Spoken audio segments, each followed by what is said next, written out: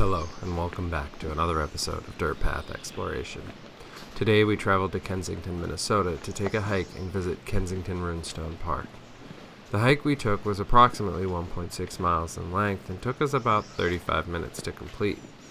The hike we'd intended to take was longer, but due to the wet season, the bugs were dense and forced us to retreat and loop back to the parking lot before completing the entire trail we intended.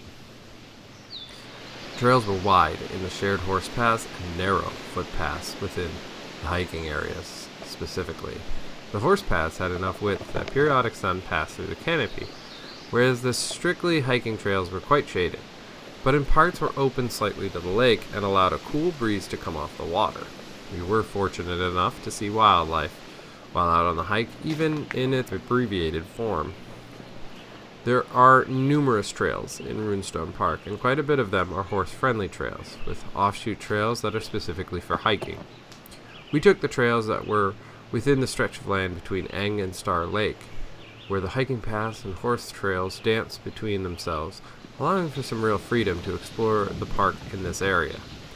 The area of the trail that first approaches Eng Lake had a dense section of thistle on the sides of the trail.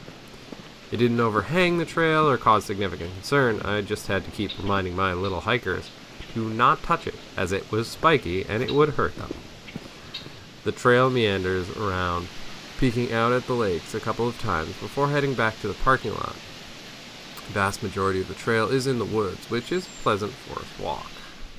My favorite part is, of course, the little museum they have for the Kensington Runestone, which has the runestone on display.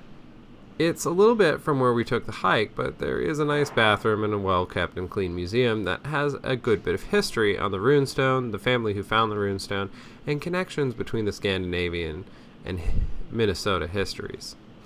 The runestone itself may be a hoax, but it is a harmless oddity that does a good job to highlight the shared history and impact of Scandinavian culture on the state.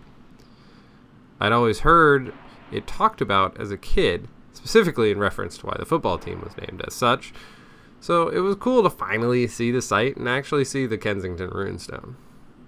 Thank you for watching, and if you like this video, hit the like and subscribe buttons.